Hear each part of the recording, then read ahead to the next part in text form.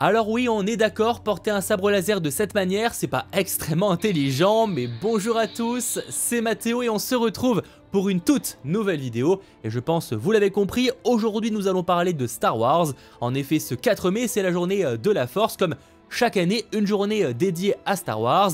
Alors quel est le programme, quelles sont les sorties, les collaborations, les nouveautés, bref, que faut-il savoir pour cette journée de la Force 2024? Eh bien on va rentrer dans les détails et directement débuter avec les collaborations. Et oui, Fortnite sera de nouveau en collaboration avec Star Wars cette année avec pas mal de choses, autant proposées sur le Fortnite Battle Royale, mais également sur le jeu Lego, sur le jeu de course Fortnite, bref, plein de collaborations avec les différents univers, les différents personnages, les différents vaisseaux de l'univers Star Wars. Je vais pas rentrer dans chaque détail, mais n'hésitez pas à vous pencher pour ceux justement qui adorent le jeu Fortnite ou qui voudraient peut-être se relancer dedans. Eh bien je pense que c'est clairement l'occasion pour tout fan de l'univers Star Wars. Toujours en termes de sortie côté jeu vidéo, on a également le jeu vidéo Star Wars Hunters. Et oui, c'est un nouveau jeu mobile et bien il sort ce 4 mai 2024 sur iOS, Android, mais également sur Nintendo Switch. Je ne vais pas revenir sur chaque collaboration, mais retenez qu'il y a aussi Brawlhalla qui fait une collaboration. On a aussi, alors ça c'est très intéressant pour ceux qui voudraient peut-être se lancer sur certains jeux Star Wars, il y a énormément de promotions. Alors je ne vais pas revenir pareil sur chaque promo, chaque prix, etc. Mais retenez que s'il y a un jeu Star Wars qui vous intéresse, c'est sûrement aujourd'hui ou en tout cas dans ces jours-là qu'il faut l'acheter. Alors vous avez les anciens jeux si je puis dire, mais aussi en termes de collaboration, en termes de jeux pas chers. On a ça, le triple pack avec donc Jedi Fallen Order, Squadrons ou encore Battlefront 2 qui est à moins de 10 €. Alors oui, c'est pas des jeux que de manière générale on retrouve très chers en général, mais reste que pour 10 €, franchement, vous avez de quoi vous faire extrêmement plaisir. Et donc de manière générale, c'est aussi le cas par exemple pour le dernier jeu Lego Star Wars, il y a plein de promotions, n'hésitez pas à aller checker ça du côté des stores, notamment de la part de Steam. C'est là où j'ai trouvé le plus de promotions. On a aussi des choses par rapport au Sims 4, vous savez qu'il y a un DLC Star Wars, et pareil, il y a des promotions, enfin bref. Vraiment, la plupart des jeux vidéo Star Wars sont en promotion. Ça dépendra évidemment du titre. La promotion pourra varier, mais il y a franchement de très très belles offres pour ceux qui voudraient se lancer dans cet univers du côté des jeux vidéo. Mais forcément, on ne va pas s'arrêter là en termes de nouveautés. C'est peut-être l'occasion pour certains de découvrir ou de redécouvrir le premier opus Star Wars. Alors, premier ou quatrième, ça dépend évidemment comment on voit la chose. En tout cas, l'épisode 1, la menace fantôme.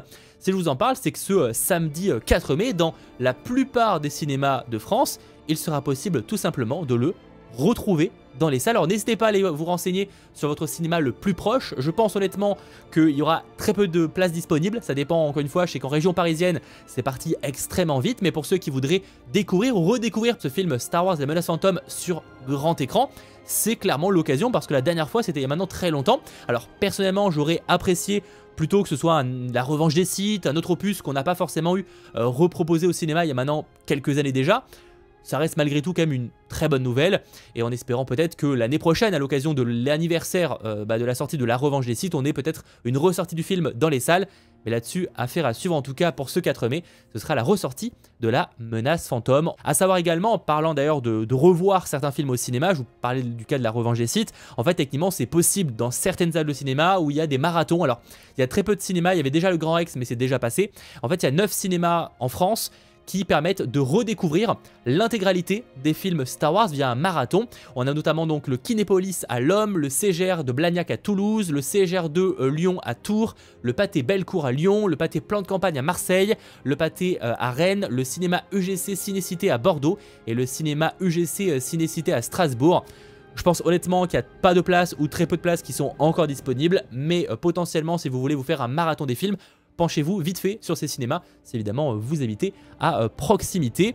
Et pour presque terminer, oui déjà, on pourrait notamment évoquer le cas des sorties, parce que là je vous ai parlé des choses qu'il est possible de faire. Alors évidemment je vous ai pas parlé de tout ce qui est merchandising, je sais que Lego a fait des collaborations et des sorties des choses uniquement à l'occasion de ce 4 mai, mais ça va pas forcément nous intéresser. En revanche, il y a bel et bien une sortie qui a lieu ce 4 mai concernant Star Wars, c'est la sortie de Tales of the Empire. Peut-être que vous vous souvenez, sorti il y a maintenant quelques temps, de Tales of the Jedi, donc c'est en gros une série d'animation de 6 courts-métrages suivant le Kondoku et Ahsoka à différentes époques.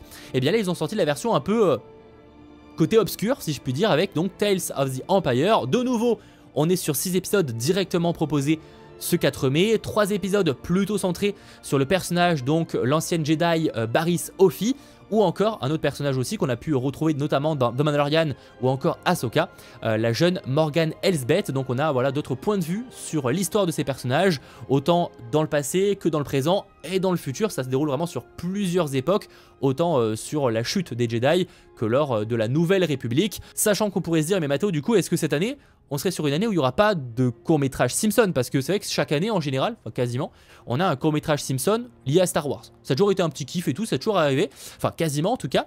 Et c'est vrai que cette année, pas vraiment, mais oui à la fois. C'est bizarre dit comme ça. Et bien en fait, si, ça a été annoncé, mais pas le 4 mai.